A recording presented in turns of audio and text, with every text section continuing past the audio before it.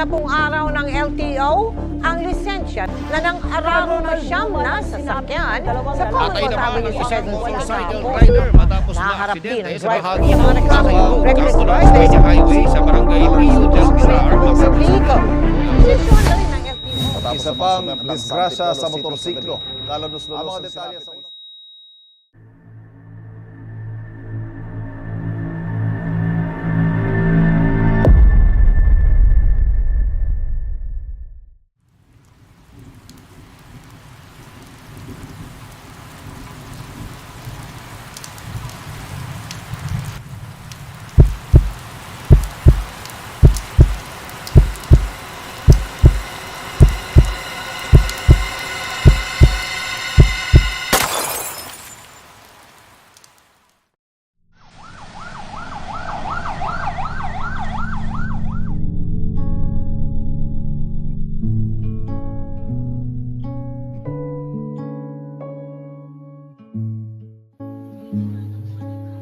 Tawagan mo ni Marvin.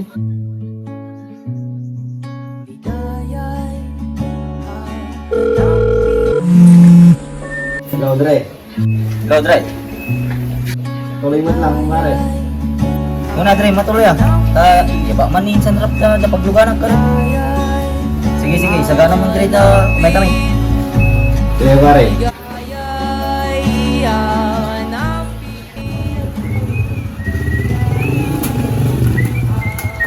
Kain sa amin tanang araw sa lugang ka na badigyan ka bayag bayag Tata, kung gano'n, sagana lang, dumagas na dito sa mga kanan.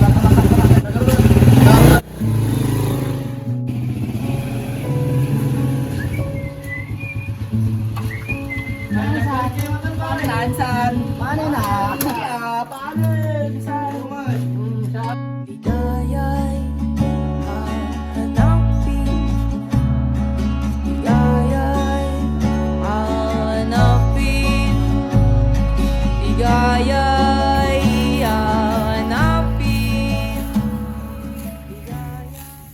Tatambay nga guys, kaya din minsan. Minsan ka nagago-problema, nagkakaroon di ko rin doon.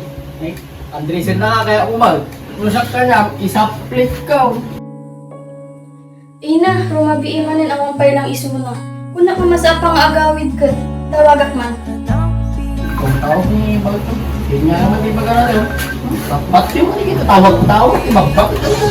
Diba, insan, siya nagpapa-Andres, hindi na pag-pag-pag-pag naman. Gusto yung ano mo. Walang bigla insan. Sa tuon tayo sa iyo.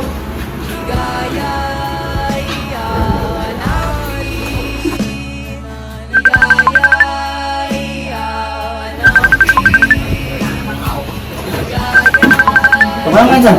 Nakita ko na natin, mahal na balik ko, may tubig dito Yeah, may hindi ka magbigyan mo na. So, kaya Insan, may pagbigyan mo ti siya kan. Sinsya na insan, baliwan tayo ito ako nanti. Insan. Siya tayo ito, tawag ko rin yung kung sa mumutag. Talaga. Siguro Insan, ingat ah. Hindi pinag-trade ako natin ko.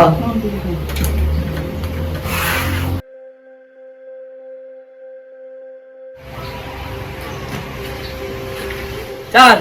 Tayo daw!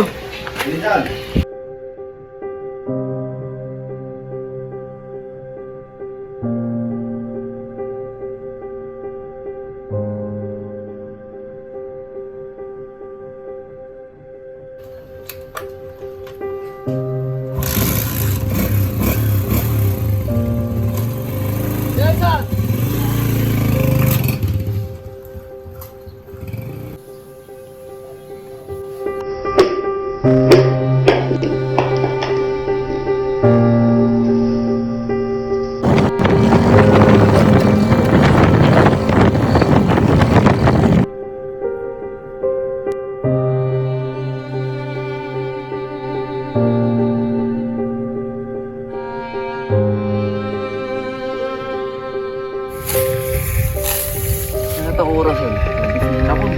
Sabi daw.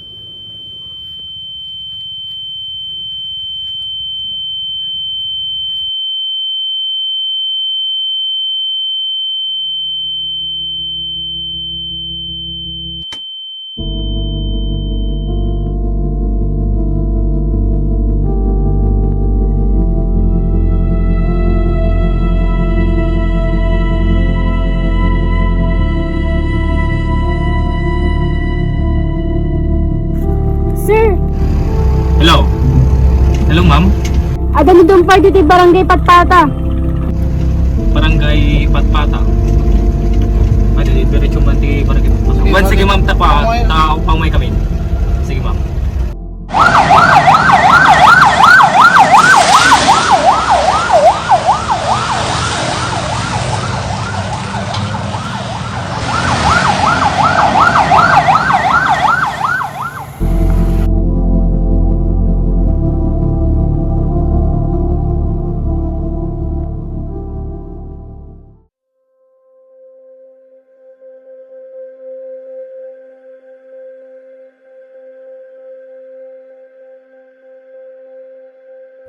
Apo sino makamamo dati na disgrasya? Saka sir, Apay taga mo ba data? taga tani barangay puro puno para puro Patpata. Ada pa ti kadwa na tata dito nga ako. Ay di balay da sir, karuba ni bagat na. Si kayo ba nakakita di kasanong anak ko? Wan sir, Kasano ba ti ko na data? di ate kami motor nga dati ko paspas. Gusto na pilinong para sir. May pagta na iwasak. Ay umiwas na di Iniwasak sir, tas dati ginadungkar na. Ay, okay.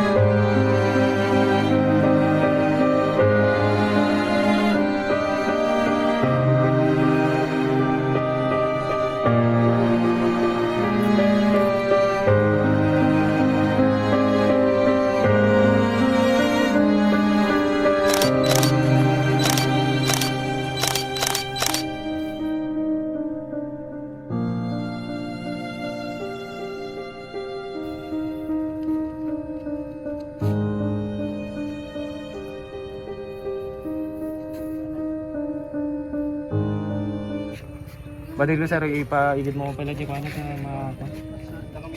I-line mo lang di ko ano. Sir, tembag na bigat kayo sir.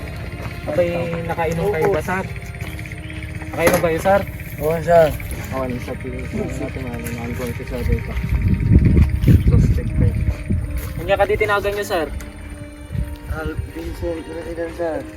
Vincent Rakidan. Tagatlo kayo sir? Kalumbuyan sir. Kalumbuyan.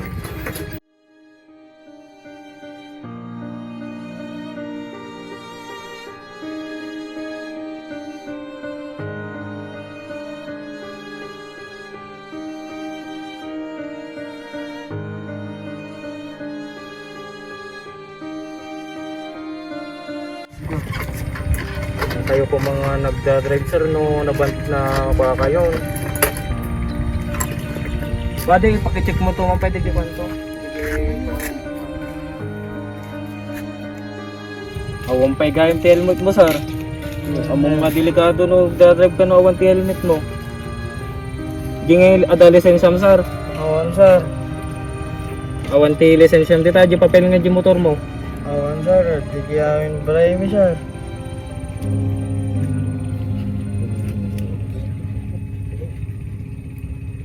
Mabaling nga tutungtong tayo pa lang ito ito police station. Awan sir. At dapat ikadom dito nga kuam ta iso ti manggad kanyang tani na bartag kapay gayam.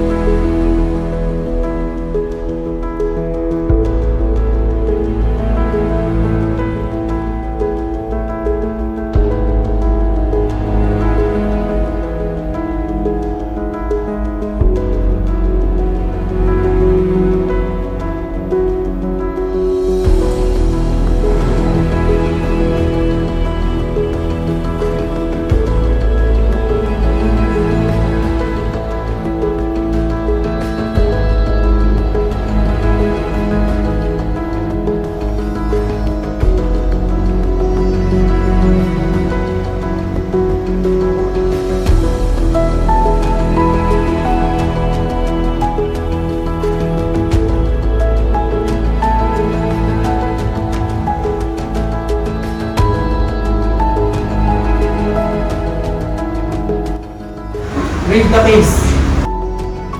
First case, the presentation of witness criminal case number 202599, People of the Philippines versus Ralph Rakidan, for the crime of reckless imprudence resulting to homicide.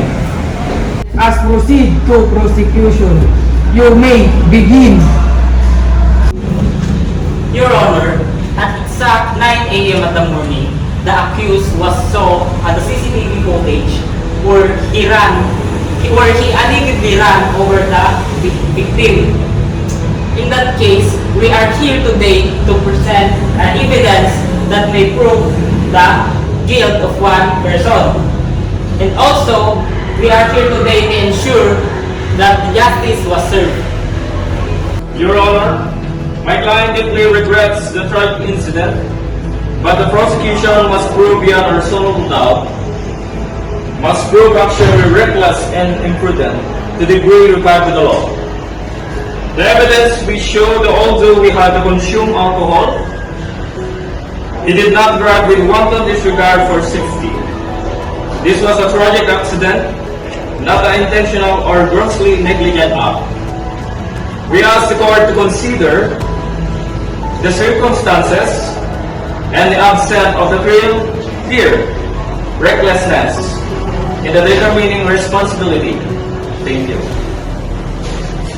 Your Honor, I would like to present to you the medical legal of the victim together with me, the witnesses. It is stated here that the cause of death was the damage of his skull due to the impact.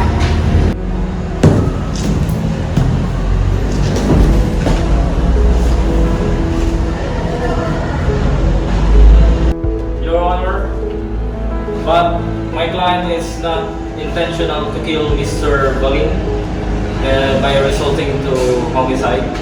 And in that situation, my client also have a witness with regards to the incident. May I? And you, Attorney Palaya, present me your witness.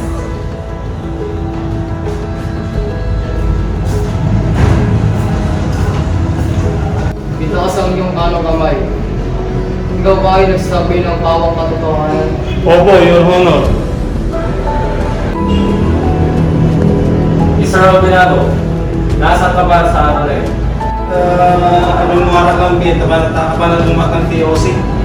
Nandiyan, daw mo tinakita nga na disgrasya Christian na pinadumpar hindi nakadumpat. Naiwasak na kami.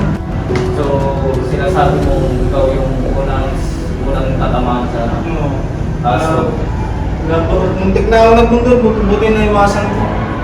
This court finds accused Ralph Vincent Rakidan guilty beyond reasonable doubt of the crime of reckless imprudence resulting in homicide punishable under Article 365 of the Revised Penal Code as amended by RA 10951. The accused is hereby sentenced to suffer the penalty of prison correctional in its medium period, 2 years, 4 months, and 1 day to 4 years and 2 months, and to pay a fine of 100,000 as well as identify the heirs of the victim in the amount of 100,000 for civil liability. The accused shall also pay the cost. The case dismissed.